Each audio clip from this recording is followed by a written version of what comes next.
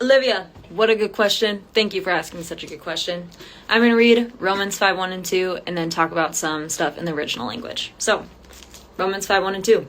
Therefore, having been justified by faith, we have peace with God through our Lord Jesus Christ, through whom we also have access by faith into this grace in which we stand and rejoice in hope of the glory of God. So this word justified, therefore having been justified by faith. I always read that as made right, but this is what the Blue Letter Bible says. So Strong's definition is to render, which means show or regard as just or innocent. That this, whatever is justified, is freed, made righteous.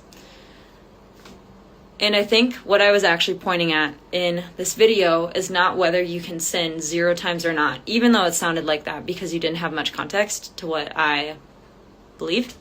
What I am trying to say is, what do you identify with? Do you identify with sin, or do you identify with what God says about you? Meaning, do you identify that you're justified? Do you boast more about being justified by God, or do you boast in your ability to sin? And I'm not saying that to make you feel bad about it, but I'm saying this is a real thing that we get to ask ourselves. Will my friends, my closest friends, when I screw up, will they hear me claim, I'm justified, actually. I am innocent and just before God. I'm free. So I'm sorry that doesn't answer your question perfectly, but thank you so much for asking, and those are my 2 cents.